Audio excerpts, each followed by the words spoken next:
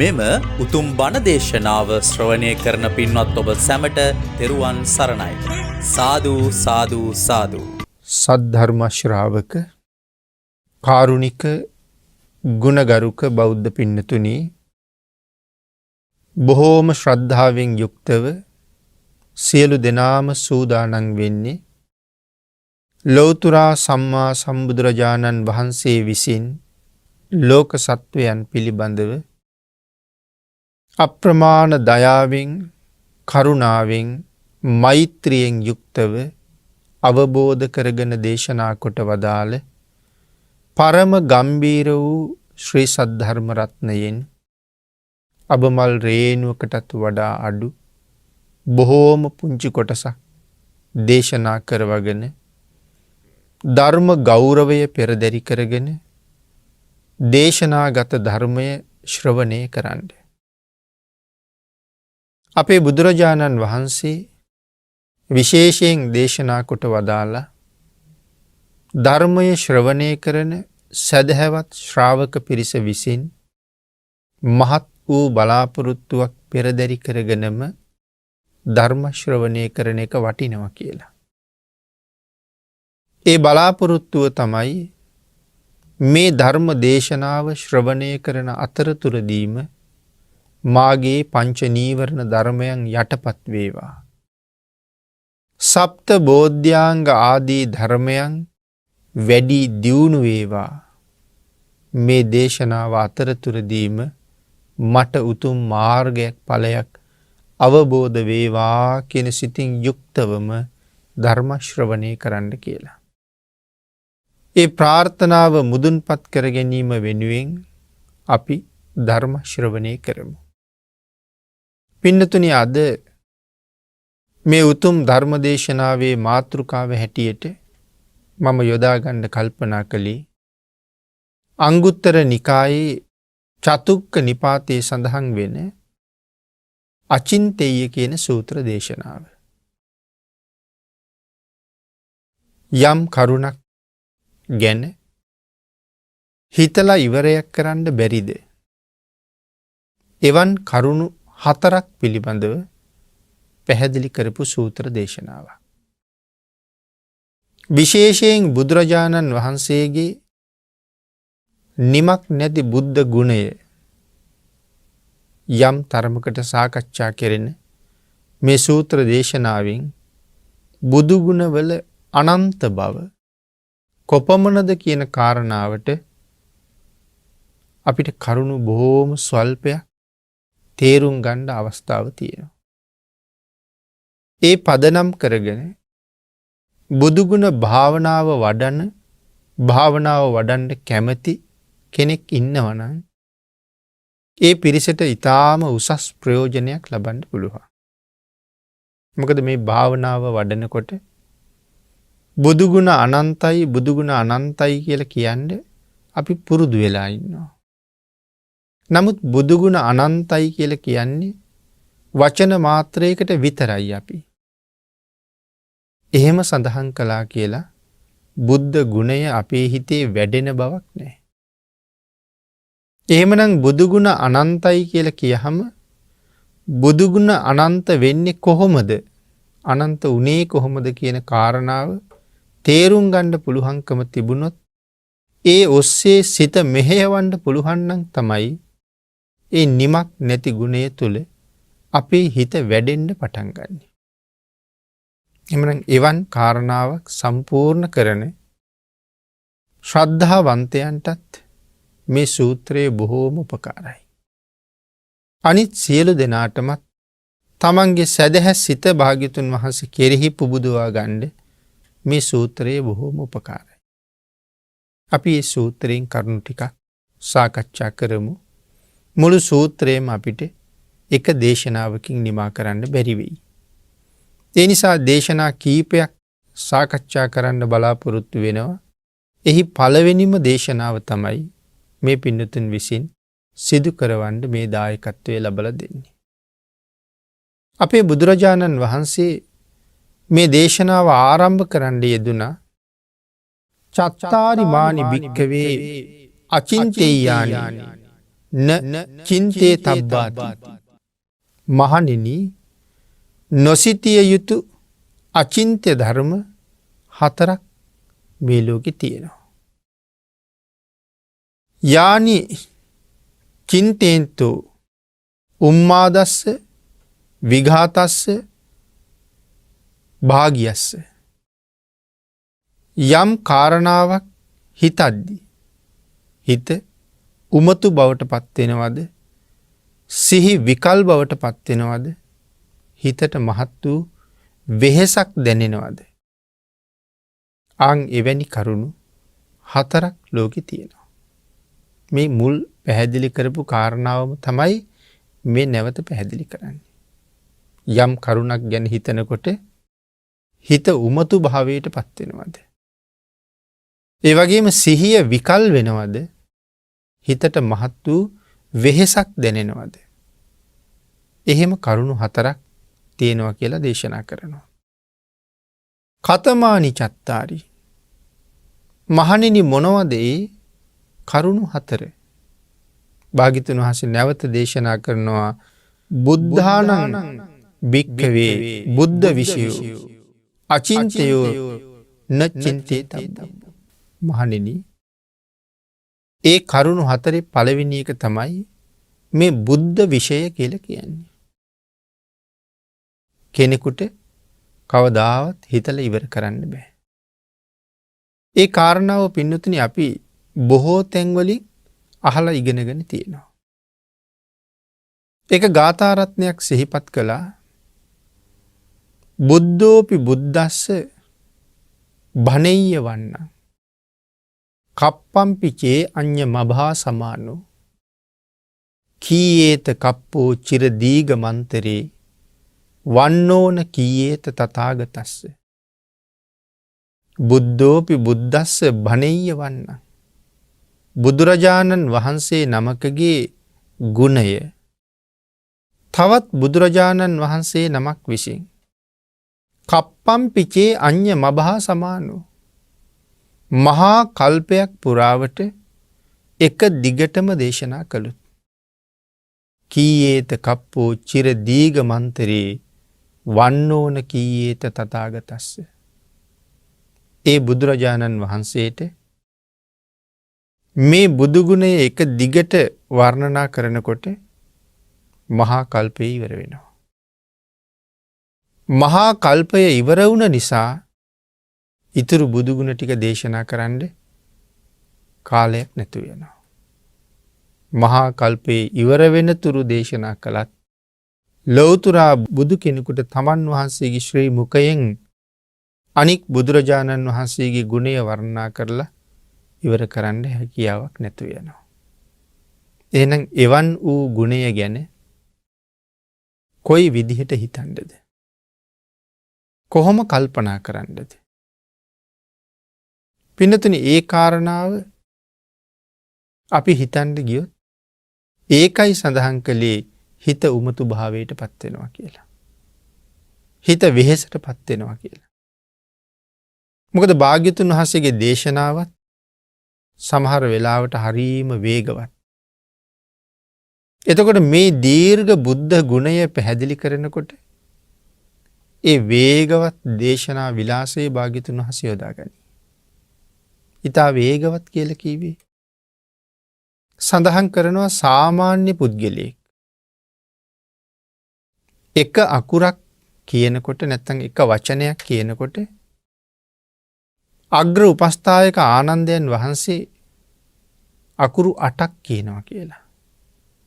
අපි අයන්න කියනකොට ආනන්දයන් වහන්සේ අයන්න 8 පාරක් කියනවා. ආනන්දයන් වහන්සේ එක පාරක් අයන්න කියනකොට සරියුත් මහරහතන් වහන්සේ ඒ අකුර 8 පාරක් කියනවා. සරියුත් මහරහතන් වහන්සේ එක පාරක් අයන්න කියනකොට බුදුරජාණන් වහන්සේ 8 පාරක් අයන්න කියනවා. එතකොට සාමාන්‍ය පුජ්‍යලයක් එක පාරක් කියනකොට ආනන්දයන් වහන්සේ 8 පාරක් කියනවා. ආනන්දයන් වහන්සේ 8 පාරක් කියනකොට සාරිපුත්තයන් වහන්සේ 8 පාරක් කියනවා. සැරියුත් මහ රහතන් වහන්සේ එක පාරක් කියනකොට භාග්‍යතුන් වහන්සේ 8 පාරක් කියනවා. එමනම් ආනන්දයන් වහන්සේ එක පාරක් කියනකොට සාරිපුත්තයන් වහන්සේ 8 පාරක් කියනකොට 8 වරක් 8 64යි. එහෙනම් භාග්‍යතුන් වහන්සේ සාරිපුත්තයන් වහන්සේ එක පාරක් කියනකොට 8 පාරක් අයන්න කියහම 64 වරක් 8 512ක් වෙනවා. එහෙනම් අපි එක වචනයක් පිට කරනකොට පෘතජ්ජන පුජ්‍යලිය හැටියට භාග්‍යතුන් වහන්සේගේ ශ්‍රී මුඛයෙන් වචන 512ක් පිට වෙනවා. ඒ තරම් වේගවත් වාග් විලාසයකින් දේශනා කළා. මහා කල්පයක් ගෙවිලා යනවා. බුද්ධ ගුණය දේශනා කරලා නිමා කරන්න බැරුව යනවා. එහෙනම් මේ අනන්තයි, අසම සමයි, අසීමාන්තිකයි, ප්‍රමාණ කළ නොහැකි කියන කාරණාවවත් පින්නතුනි අපිට තේරුම් ගන්න බැරුව යනවා. ඒකයි මේ සඳහන් කරලා තියෙන්නේ. බුද්ධ විෂය සිටිය යුතු නෑ කියලා මෙතන සඳහන් කරනවා. එහෙම සඳහන් කළේ ඒ බුද්ධ විෂය අපි දැනගන්න එපා කියන එකද? බුදු ගුණ භාවනාව වඩන්න එපා කියන එකද? ඒක නෙමෙයි සඳහන් කරන්නේ. අපිට හිතලා ඉවර කරන්න බෑ කියන කාරණාවයි මේ කියලා තියෙන්නේ.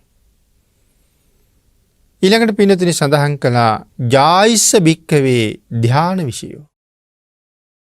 අපට හිතලා ඉවර කරන්න බැරි දෙවෙනි කාරණාව.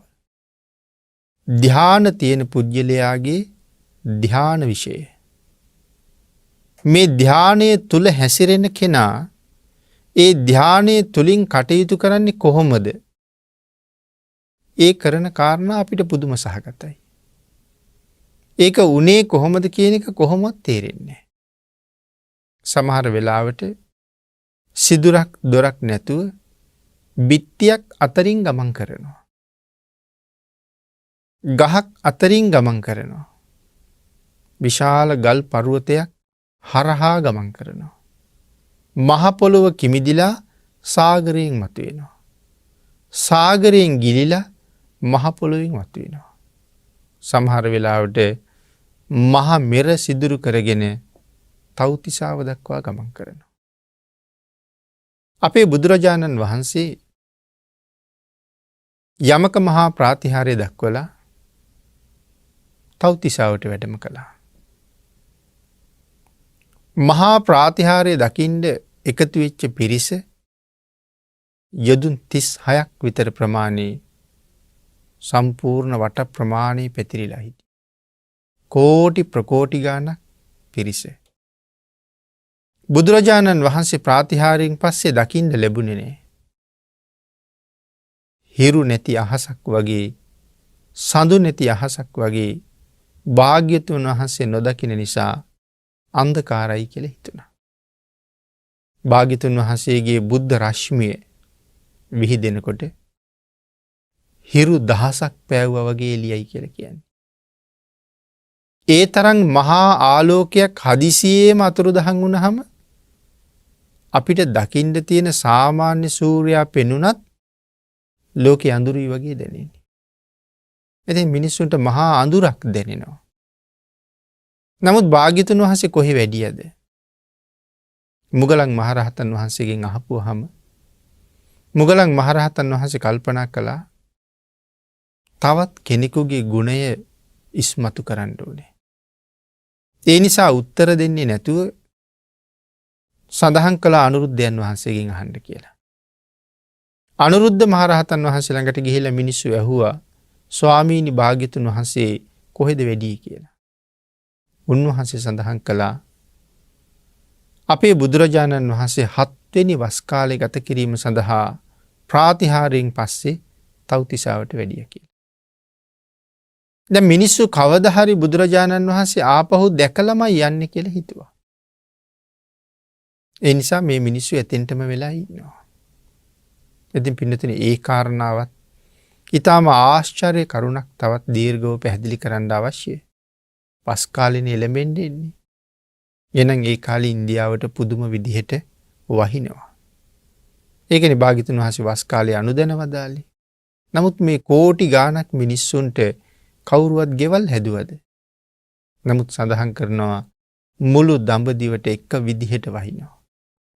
නමුත් මේ මිනිස්සු පැතිරිලා ඉන්න යොදුන් ගානක් භූමි භාගයට එක වැහි බින්දුවක් වැටෙන්නේ නැහැ කියලා.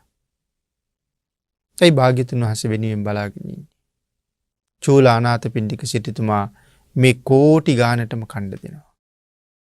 කෑම දෙනවා, බීම දෙනවා, ඇඳුම් පැළඳුම් දෙනවා, බේත් හේත් දෙනවා, අවශ්‍ය සියලුම දේවල් දෙනවා. නමුත් චූලානාථපිණ්ඩික සිටුතුමා කියලා කියන්නේ අමිත භෝගී සිටුවරුන්ගෙන් කෙනෙක් නෙමෙයි. එහෙනම් සිටුතුමාට කොහෙන්ද මෙච්චර ධනෙ? සඳහන් කරනවා සිටුතුමා ගාව තියෙන මුළු ධනස්කන්ධය මේ මිනිස්සුන්ට එක වේලක් කන්න දෙන්න පුළුවන්. එහෙනම් එක වේලක් දෙනකොට ගබඩා ටික ඔක්කොම හිස් වෙනවා. නමුත් බුද්ධානුභාව බලයෙන් පහුවදා කෑම වේල දෙන්න යනකොට සියලු ගබඩාවල් ආපහු දෙවියෝ විසින් පුරවලා තියෙනවා. නමුත් අපි සඳහන් කරන්න හැදුවේ දැන් මේ මිනිස්සු භාග්‍යතුන් වහන්සේ වඩිනකම්ම බලාගෙන ඉන්නවනේ. එක දවසක් මහමුගලන් මහරහතන් වහන්සේ ළඟට ගිහිල්ලා සඳහන් කරනවා ස්වාමීනි අපි දැන් දවස් 83ක් එක දිගට බලාගෙන ඉන්නවා භාග්‍යතුන් වහන්සේ දකින්න. තව කොච්චර කල්යයිද වඩින්න කියලා. මහමුගලන් මහරහතන් වහන්සේ මහ පොළොවට කිමිදිලා මහ පෘථුවිය යටින් ගිහිල්ලා සාගරයේ මැදින් මතුවුණා. ඉන්ද්‍රනීල මාණික්කයක් වගේ සාගරයේ නිල් පාට ජලතලයේ මත උන්වහන්සේ සියලු දෙනාට පෙනී හිටලා අදිෂ්ඨානයක් කළා. තව්තිසාව දක්වා මම මහමෙර සිදුරු කරගෙන යනවා සකල ලෝක වාසීන්ට ඒ බව පේන්න ඕනේ කියලා. නැවත සාගරයේ කිමිදිලා යදුන් 84000ක් මහමෙර මුලට ගිහිල්ලා එතන ඉඳලා තව්තිසාව දක්වා මහමේරු පර්වතයේ ඇතුලෙන් වඩිනවා. විශේෂයෙන් සඳහන් කරනවා සතර මහා දිවයින වාසීන්ටම පේනවා. මහමේරු පර්වතයේ සිදුරු කරගෙන වඩිනවා. එක එක විදිහට එක එක දිවයිනට පේනවා. ඉන්ද්‍රනීල මාණික්කයක් ගමන් කරනවා වගේ. රක්ත වර්ණ මාණික්කයක් ගමන් කරනවා වගේ. ස්පටික මාණික්කයක් ගමන් කරනවා වගේ. එතකොට මේ ධානවන්තයෙකුගේ ශක්තිය. එහෙම ගමන් කරලා තව්තිසාව මුදුනේ තව්තිසාව තියෙන්නේ මහමෙර මුදුනේ. යදුන් 84000ක් උසින් තියෙන්නේ. පළවෙනි දිව්‍ය ලෝකී චාතුම් මහරජකේ මුලින් හම්බ වෙන තැන යදුන් 42000ක් උඩින් තමයි තියෙන්නේ මනුස්ස ලෝකෙට. එතන ඉඳලා යදුන් 42000ක් උඩින් තියෙන්නේ තව්තිසාව. එතන ඉඳලා යදුන් 42000ක් උඩින් යාමයේ එහෙම යදුන් 42000න් 42000ට තියෙන්නේ. එහෙනම් මහමේරු පර්වතය මහ පොළොවෙන් උඩට යදුන් 84000ක් තියෙනවා.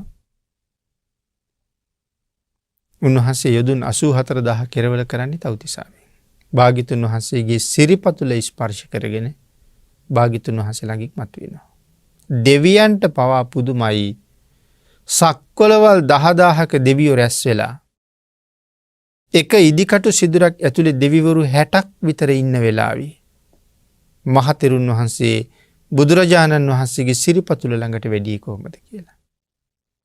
නමුත් කාරණාව අහගෙන ඉන්නවා මිසක් මේ මහා පර්වත රාජයා තුලින් කිමිදිලා භාග්‍යතුන් වහන්සේගේ සිරිපතුල ළඟට උන්වහන්සේ වැඩපු හැටි අපිට තේරෙන්නේ නැහැ. එහෙනම් ධානලාභීකුගේ ධාන විෂය සාමාන්‍ය පුජ්‍යලියෙකුට කවදාවත් තේරුම් ගන්න බෑ. මේ සඳහා කරුණු තව ඕන තරම් සාකච්ඡා කරන්න තියෙනවා. ඊළඟට පින්නතුනි කම්මස්ස විපාකෝ නැත්නම් කම්ම විපාකෝ භික්කවේ අචින්තයෝ නචින්තේ තබ්බෝ. මේ කර්මයාගේ විපාකය කොහොමද කියන කාරණාවත් අපිට කවදාවත් තේරෙන්නේ නැහැ. කුසල කර්ම වේවා අකුසල කර්ම වේවා විපාක දෙන හැටි තේරෙන්නේ නැහැ.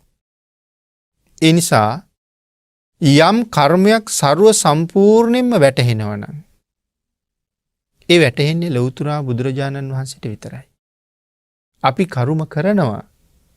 නමුත් විපාක දෙන හැටි තේරෙන්නේ. මේ සත්වයා මේ කළ කුසල කර්මය කොයි තරම් කාලයකට ඔහුට විපාක දෙනවද. යම් සත්වයෙක් සිදු කළ මේ අකුසල කර්මය කොතරම් කාලයකට ඔහුට විපාක දෙනවද. මේ දෙකම හරියටම දන්නේ බුදුරජාණන් වහන්සේ. සැරියුත් මහරහතන් වහන්සේටවත් වැටහෙන්නේ නෑ. හේතුව අග්‍ර ශ්‍රාවකයන් වහන්සේ පාරමිතා පුරන්නේ මහාකල්ප අසංකේයකුත් ලක්ෂ 1යි. එහෙනම් ආපහු බැලුවොත් උන්වහන්සේට ආපහු බලන්න පුළුවන් වෙන්නේ තමන් වහන්සේගේ පාරමිතා කාලය විතරයි. 80 මහා ශ්‍රාවකයන් වහන්සේ නමක් පාරමිතා පිරුවේ මහා කල්ප ලක්ෂයයි. ආපහු බැලුවොත් බලන්න පුළුවන් වෙන්නේ තමන් වහන්සේ පාරමිතා පුරපු කාලය විතරයි. නමුත් ලෞතුරා බුදුරජාණන් වහන්සේ කොයි තරම් කාලයක් ආපහු බලනවද. ඒ කාරණාව මේ ලෝකෙ වෙන කාටවත් තේරෙන්නේ නෑ. කොයි තරම් අතීතයේ බැලුවත් මහා කල්ප අසංඛ්‍ය අප්‍රමාණ තරම් අතීතයට බැලුවත් ඒ කාරණාව මේ දැන් තමන් වහන්සේගේ දැස ඉදිරිපිට සිදු වුණ දෙයක් වගේ සියලුම කාරණා පැහැදිලි කරන්න බුදුරජාණන් වහන්සේට පුළුවන්. පින්නතුනි සමහර කුසල කර්ම තියෙනවා. මහා කල්ප ගණන් විපාක දෙනවා. බුද්ධාන්තර ගණන් විපාක දෙනවා. නමුත් එහෙම විපාක දෙන අකුසල කර්ම ගැන සඳහන් කරලා නැහැ. ඒකත් මේ ලෝකෙ පුදුමයක්. මනුස්ස ලෝකෙ ජීවත් වෙන කෙනෙක් කරන බලවත්ම අකුසල කර්මය අනන්තරීය කර්මය. කොච්චර කාලයක් විපාක දෙනවා කියලා සඳහන් කළාද? අන්තර්කල්ප 1යි. අවීචයට ගියොත් ආනන්තරීය කර්මයක් කළොත් අවීචයට යනවමයි. අන්තර්කල්පයක් විපාක දෙනවා. එතකොට අන්තර්කල්පයක් කියලා කියන්නේ මහා කල්පයේ 256න් එකක්. මහා කල්පයක් ඇතුලේ අන්තර්කල්ප තියෙනවා 256ක්. ඒ 256න් එකක් තමයි ආනන්තරීය කර්මයේ විපාක දෙන්නේ. නමුත් පින්නතුනි බුදුරජාණන් වහන්සේ නමකගේ සුගන්ධ කුටියේ සුවඳ දුමින් සුවඳවත් කරපු එක සදහැවතෙක් මහා කල්ප 30000ක් සුගතියේ ඉපදිච්ච බව ධර්මයේ සඳහන් කරනවා. අපේ බුදුරජාණන් වහන්සේට සමන් මල් පූජා කළ සුමන මාලාකාරය අනාගතයේ අති දීර්ඝ කාලයක් මහා කල්ප ලක්ෂයකට තරම් ආසන්න කාලයක් සුගතියේ උප්පත්තිය ලැබෙනවා. අවසානයේ පසේ බුද්ධත්වයට ලැබෙනවා.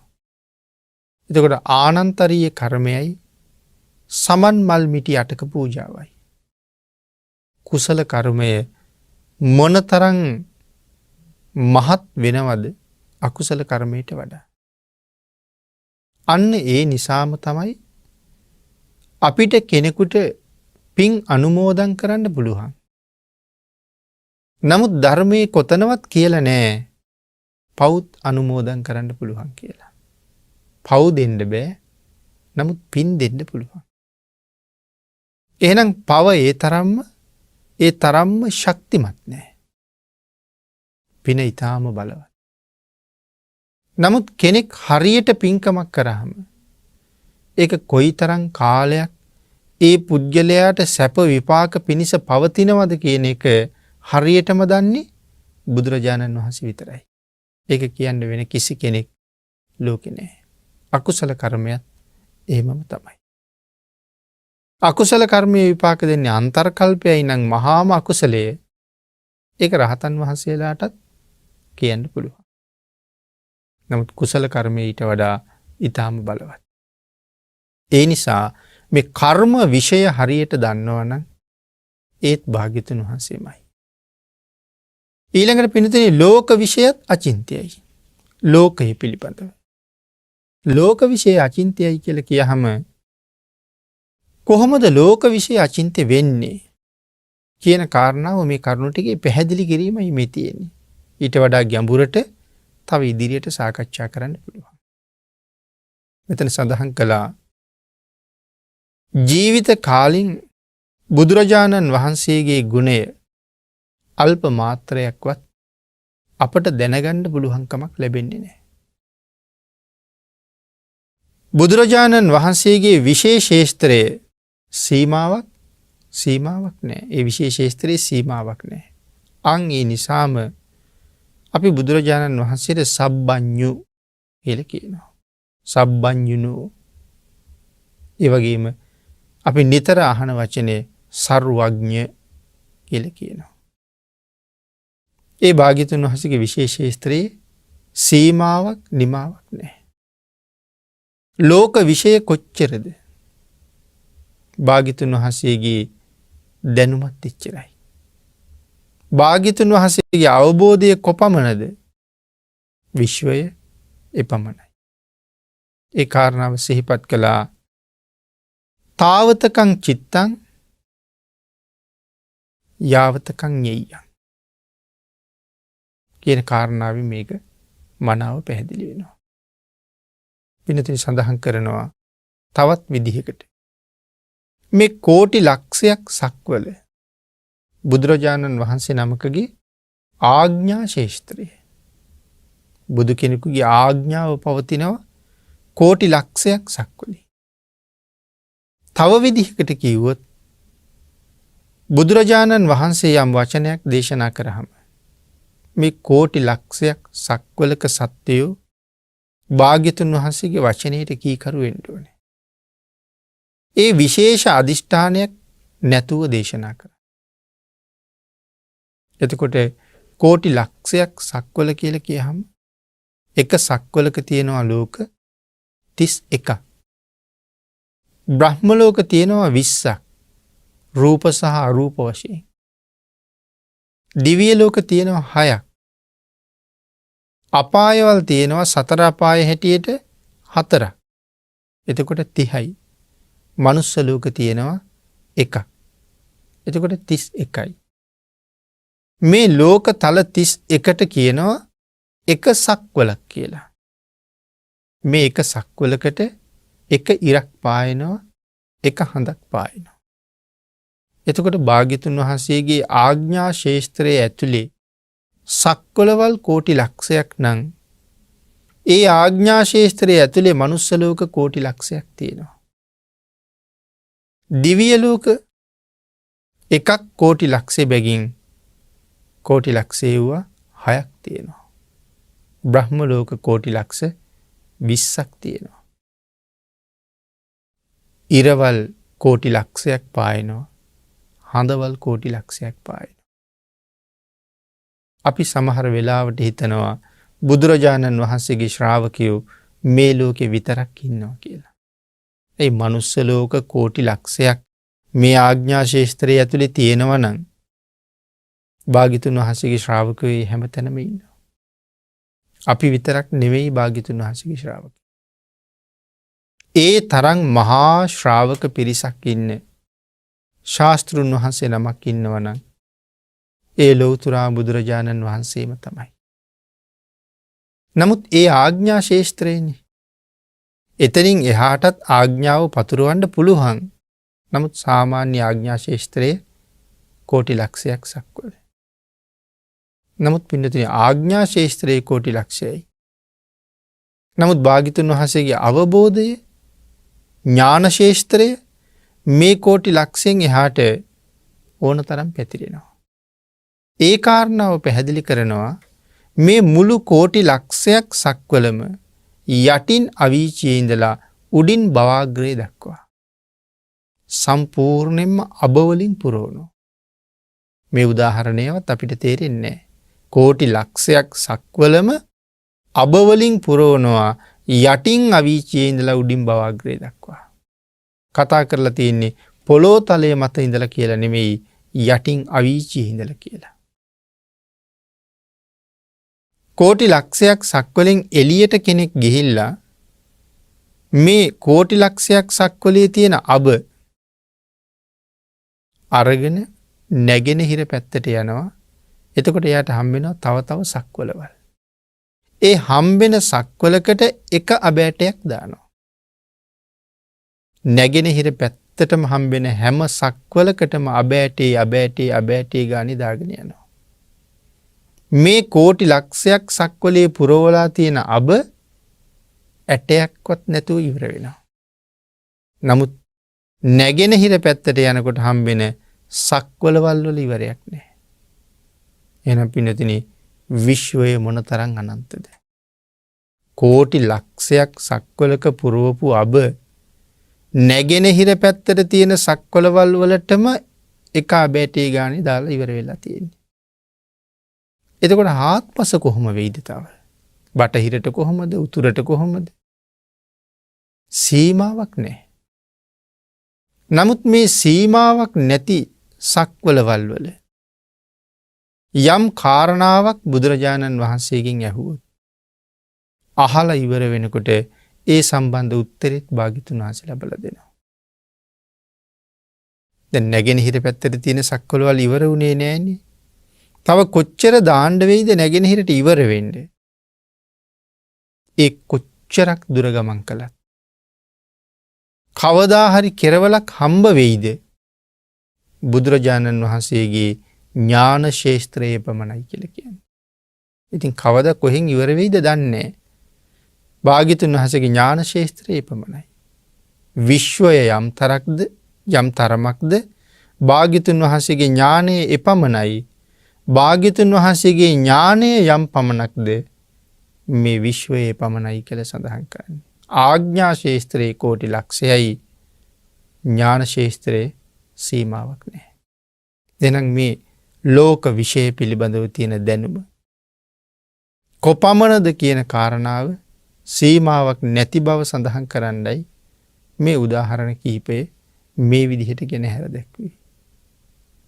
එහෙනම් භාග්‍යතුන් වහන්සේගේ ਸਰුවඥතා ඥානය නිමක් නැති මායිමක් නැති මහා ඥාන ශක්තිය.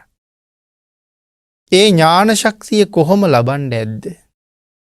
මේ ඥාන ශක්තිය ලබන්න මොනව කරන්න ඇද්ද? මොන විදිහේ පින්කම් කරන්න ඇද්ද? පිනතින එක තැනක සඳහන් කරනවා සාරිපුත්තයන් වහන්සේගේ ප්‍රඥාව ගැන. සාරිපුත්තයන් වහන්සේගේ ප්‍රඥාවට උපමා භාග්‍යතුන් වහන්සේ දේශනා කරපු තැන් අපේ පින්නතුන් ධර්මයෙන් අහලා ඇති මුණ ගැහිලා ඇති. අපි හැමෝම දන්න කාරණාවක් සාරිපුත්තයන් වහන්සේට මහා කල්පයක් පුරාවට වහින වැස්සක වැහි බින්දු ගාන කොච්චරද කියලා කියන්න පුළුවන් කියලා. ඒක කියන්න පුළුවන්කම තිබුණේ සාරිපුත්තයන් වහන්සේ වෙන්න කලින් උපතිස්ස කියන තරුණයාටත් ඒක කියන්න පුළුවන්. උපතිස්සටත් පුළුවන්. ඉපදෙනකොට අරගෙන ආපු ප්‍රඥාව. පින්නතුනි භාග්‍යතුන් වහන්සේ එක ප්‍රශ්නයක් අහපු වෙලාවේ ඒ අහන්නේ සර්වඥයන් වහන්සේලාට විශේෂ වෙන ප්‍රශ්නයක්. ඒකට උත්තර දෙන්න බෑ අග්‍ර ශ්‍රාවකයන් වහන්සේට. මොකද ලෞතුරා බුදුවරුන්ට පිළිතුරු දෙන්න පුළුවන් ප්‍රශ්නයක් ඒක. ප්‍රශ්න මාලාවක් ඇහුවා භාග්‍යතුන් වහන්සේ. එතනදී අහනවා සාමාන්‍ය පෘථග්ජන මිනිස්සුන්ට උත්තර දෙන්න පුළුවන් ප්‍රශ්නයක් අහනවා. මේ ප්‍රශ්න ටික අහන්නෙම සාරිපුත්තයන් වහන්සේගේ ප්‍රඥාව පෙන්වන්න. සංකස්සපුරේට තව්තිසා විඳලා වැඩපු වෙලාවේ. ඉතින් පෘථග්ජන මිනිස්සුන්ට විශේෂ වෙන ප්‍රශ්නය අහපුවහම පෘථග්ජන මිනිස්සු උත්තර දුන්නා. ඊළඟට සෝවාන් වහන්සේලාට විශේෂ වෙන ප්‍රශ්නයක් ඇහුවා. පෘථග්ජන මිනිස්සුන්ට ඒකට උත්තර දෙන්න බෑ. ඒ මිනිස්සු නිශ්ශබ්ද වුණා. සෝවාන් වහන්සේලා උත්තර දුන්නා. ඊළඟට සකදාගාමීන් වහන්සේලාට විශේෂ වෙන ප්‍රශ්නයක් අහපුවහම සෝවාන් වහන්සේලා නිශ්ශබ්ද වුණා. උන්වහන්සේලාට උත්තර දෙන්න බෑ. ඊළඟට අනාගාමීන් වහන්සේලාට විශේෂ වෙන ප්‍රශ්නයක් අහපුවහම සකදාගාමීන් වහන්සේලාට උත්තර දෙන්න බෑ. මහරහතන් වහන්සේලාට විශේෂ වෙන ප්‍රශ්නයක් අහපුවහම අනාගාමීන් වහන්සේලාට උත්තර දෙන්න බෑ. ත්‍රිවිද්‍යා ප්‍රාප්ත මහරහතන් වහන්සේලාට විශේෂ වෙන ප්‍රශ්නයක් අහපුවහම සාමාන්‍ය රහතන් වහන්සේලාට උත්තර දෙන්න බෑ. අෂ්ට විද්‍යා ප්‍රාප්ත මහරහතන් වහන්සේලාට විශේෂ වෙන ප්‍රශ්නයක් අහපුවාම අනික් රහතන් වහන්සේලාට උත්තර දෙන්න බෑ. අග්‍ර ශ්‍රාවකයන් වහන්සේලාට විශේෂ වෙන ප්‍රශ්නයක් අහපුවාම මේ අනිත් අභිඥා ප්‍රාප්ත මහරහතන් වහන්සේලාටවත් උත්තර දෙන්න බෑ. නමුත් සාරිපුත්ත මොග්ගල්ලානන් වහන්සේලා දෙනම උත්තර දෙනවා. ඊළඟට පින්නතුනි භාග්‍යතුන් වහන්සේ නැවත ප්‍රශ්නයක් අහනවා. ඒ ප්‍රශ්නේ සරියුත් මහරහතන් වහන්සේටයි විශේෂ වෙන්නේ. ඒ ප්‍රශ්නේ අහපුවාම මුගලන් මහරහතන් වහන්සේ නිශ්ශබ්ද වෙනවා. නමුත් සාරිපුත්තයන් වහන්සේ ඊතා සියුම් පිහියකින් බොහොම කුඩා දණ්ඩක් නැත්නම් උපමාව තියෙන්නේ උපමාවේ හැටියට අපි සරලව අරගත්තොත් ඔය ඊ타ම සියුම් පිහියකින් කෙහෙල් පිත්තක් කපනවා වගේ ප්‍රශ්නේ අහලා ඉවරනට උත්තරේ දීලා ඉවරයි. ඊළඟට භාග්‍යතුන් වහන්සේ සර්වඥයන් වහන්සේලාට විශේෂ වෙන ප්‍රශ්නයක් අහපුවාම සාරිපුත්තයන් වහන්සේට උත්තර දී ගන්න බෑ. නමුත් තමන් වහන්සේගේ දහම් දැනුම තමන් වහන්සේගේ ඥාන සාගරයට බැහැලා තමන්ගේ දැනුමෙන් මේ ප්‍රශ්නෙට උත්තර හොයන්න උන්වහන්සේ හැම පැත්තටම හිතනවා. තමන්ගේ දැනුම් සාගරේ කලබලනවා වගේ මේකට උත්තරයක් කොහෙන්ද ගේන්නේ කියලා. නමුත් ඒක විශේෂ වෙන්නේ නැහැ. ඒ වෙලාවේ සඳහන් කරනවා ස්වාමීනි මහා කල්පයක් පුරාවට වහින වැස්සක මහ මුහුදට වැහි බින්දු කොච්චරක් වැටුණද? කඳු සිකර මුදුනට වැහි බින්දු කොච්චරක් වැටුණද? තැනිතලා මහ පොළොවට වැහි බින්දු කොච්චරක් වැටුණද? මේ මහා කල්පයක් පුරා වැටුණ වැස්සක වැහි බින්දු ගාන කියන්න පුළුවන් කියලා කීවට වෙන වෙනම කියනවා. කඳු උඩට කොච්චර වැටුණද? මහ මුහුදට කොච්චර වැටුණද? ගංගාවලට කොච්චර වැටුණද? තැනිතලාවට කොච්චර වැටුණද කියලා වෙනම කියන්නත් පුළුවන්. ඒ තරම් හැකියාවක් තියෙනකොට මට මේක විශේෂ වෙන්නේ නැහැ කියලා. නමුත් බුදුරජාණන් වහන්සේ අකුරු 4කින් සාරිපුත්තයන් වහන්සේට පුංචි උපකාරයක් කරනවා. අකුරු 4යි කියන්නේ පොඩි ඉඟියක් දෙනවා වගේ. පින්නතරි ඒ කාරණාව ඒ අකුරු 4ෙන් සඳහන් කරපු ගමන් ඒ විශේෂ සර්වඥයන් වහන්සේලාට විශේෂ වුණ ප්‍රශ්නය එක දිගට විසඳුවා කියලා කියන්නේ. ඒ තරම් මහා ප්‍රඥාවක් තිබුණා. ඒ ප්‍රඥාව මොනව නිසාද කියලා ප්‍රශ්නයක් අහනවා. මේ සා ප්‍රඥාවක් ලැබුවේ සසර මොනව කරපු නිසාද? මේ කාරණාව සඳහන් කරන තැන පැහැදිලි කරන්නේ ධර්මයේ ලියන්න මේ තල්කොළ සහ පන්හිඳක් දන් දීලා තියෙනවා කියලා. දහම් ධර්මයේ අකුරු කරන්න තල්කොළ ටිකක් සහ පන්හිඳක් දීලා තියෙනවා. ඒකෙන් තමයි මේ මහා ප්‍රඥාව ලැබුවේ කියලා. ඉතින් පින්නතුනි එහෙමනම් බණ අහනවා කියන එක කෙනෙකුට ධර්මය අහන්න සලස්වනවා කියන එක මේ කරුණුත් එක්ක අපි කරන පින්කමේ ආනිසංසයවත් හරියට කළොත් අපිට තේරෙන්නේ නැහැ. ඒ ආනිසංසයේ සංසාරේ කොයිතරම් කාලයක් අපිව සුවපත් කරයිද කියන කාරණාව අපිට තේරෙන්නේ නැහැ හරියට කළොත්. ඒකයි සඳහන් කළේ අපි කරන මේ පින්කමක ආනිසංසයේ පවා හරියටම දන්නවනම් ඒ කර්මයේ විශේෂ වෙන්නේත් භාග්‍යතුන් වහන්සේට විතරයි. නමුත් අපිට හරියට කරන හැටි බුදුරජාණන් වහන්සේම කියලා දුන්නා. එහෙම කරගත්තොත් විපාකයක් භාග්‍යතුන් වහන්සේම තමයි දන්නේ. ශ්‍රද්ධාවෙන් ඒ ක්‍රියාවේ යෙදෙන එක පමණයි අපිට කරන්න තියෙන්නේ. හරියටම කරගත්තොත් පින්කමක් එක පින්කමක් හරියට කරගත්තොත් සමහරලාට බුද්ධාන්තර ගණන් විපාක දෙනවා. එතකොට මම සඳහන් කළේ මේ කාරණාව එවන් සුළු කරුණක් තුල සාරිපුත්තයන් වහන්සේ ලබාගත් මහ ප්‍රඥාව සීමාවක් නැති විශ්ව ධාතුව පුරාම අවබෝධ ඥානීය පතුරවන්නේ සාරා සංඛ්‍ය කල්ප ලක්ෂයක් මුළුල්ලේ පාරමිතා පුරනකොට මේ ඥාන සමුදාය වෙනුවෙන් කොයි තරම් උන්වහන්සේ වෙහෙසෙන්නේ නැද්ද? මොන තරම් පින්කම් සම්පූර්ණ කරන්නේ නැද්ද? ඒ වෙනුවෙන් ආර්යයන් වහන්සේලා ළඟ කොයි තරම් දේවල් අවබෝධ කරගන්න ඇද්ද. ලෞතුරා බුදුරජාණන් වහන්සේලා මුණ ගැහිමින් උන්වහන්සේලා ළඟ කොයි ආකාරයේ පූජාවල් කරන්න ඇද්ද. පින්නතුනි ලෝක විෂය පිළිබඳව මෙතරම් දැනුමක් තිබුණ කෙනෙක් ලෝකෙ හිටියනම් ඒ තවත් සර්වඥයන් වහන්සේ නමක්ම විතරයි. ලෝකය විශ්වය කොපමණද භාග්‍යතුන් වහන්සේගේ ඥානයේ පමණයි. භාග්‍යතුන් වහන්සේගේ ඥානයේ කොපමණද විශ්වයේ පමණයි කියන කාරණාව හිතේ ශ්‍රද්ධාව උපදවනවා මිසක් අපට එතනින් එහාට තේරෙන දෙයක් නැහැ. ආන් ඒකයි සඳහන් කළේ මෙන්න මේ කාරණා හතර පිළිබඳව. මේ ලෝකෙ කෙනෙක් හිතන්න ගියොත් උමතු තත්වයට පත් වෙනවා. හිත වෙහෙසට පත් කරනවා කියලා සඳහන් කළේ ඒකයි. නැතුව අපට ඉගෙන ගන්න එපා කියන කාරණාව නෙමෙයි.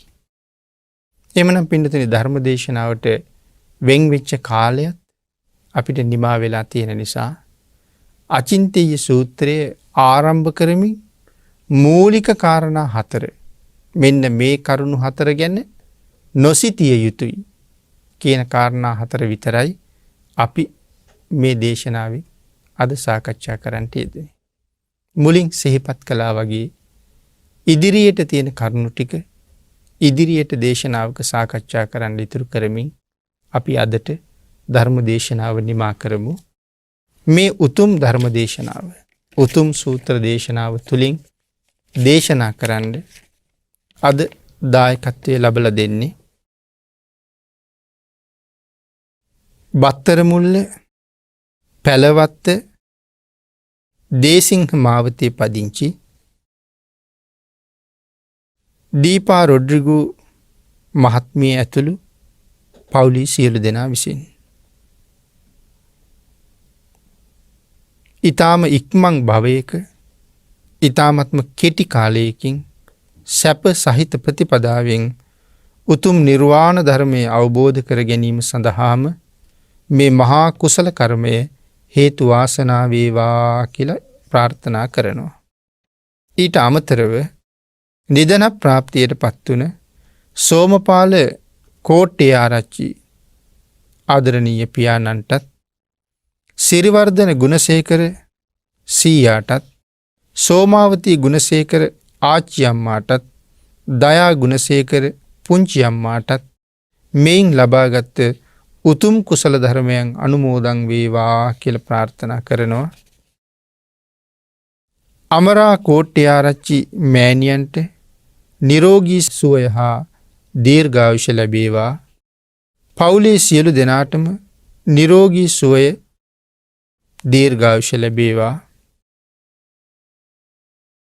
අසෙල් හා ගඟුල් යන පුතාලාගේ උසස් අධ්‍යාපන කටයුතු සාර්ථක කර ගැනීම සඳහා රත්නත්‍රී ආශිර්වාදයෙන් ශක්තිය ලැබේවා.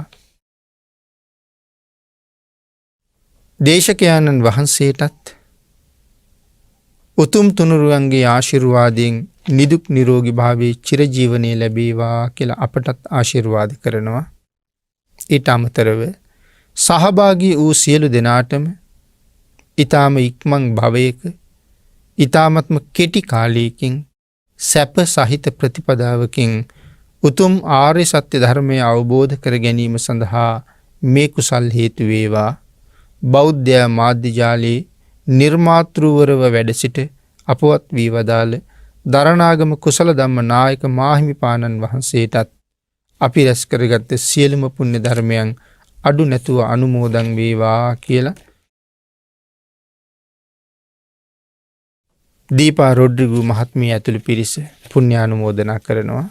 පින් අනුමෝදන් කළ සියලු දෙනාටම පින් අනුමෝදන් වේවා. ආශිර්වාද කළ සියලු දෙනාටම රත්නත්‍රී ආශිර්වාදයෙන් නිදුක් නිරෝගී භාවයේ චිරජීවනයේ උදා වේවා. සියලු දෙනාටම නැවත වතාවක් ඊ타ම ඉක්මන් භවයක ඊ타මත්ම කෙටි කාලයකින් සැප සහගත ප්‍රතිපදාවෙන් උතුම් චතුරාර්ය සත්‍ය ධර්මය අවබෝධ කරගන්න මේ පුණ්‍ය ධර්මයන් හේතු වාසනා වේවා කියලා ප්‍රාර්ථනා කරමු. ආකාසට්ඨා ච බුම්මට්ඨා දේවානාගා මහිද්దికා පුඤ්ඤන්තං අනුමෝදිත්වා චිරං රක්ඛන්තු ලෝක ශාසනං දේවෝ වස්සතු කාලේන සස්්‍ය සම්පත්ති හෝතු ච පීතෝ භවතු ලෝකෝ ච රාජා භවතු ධම්මිකෝ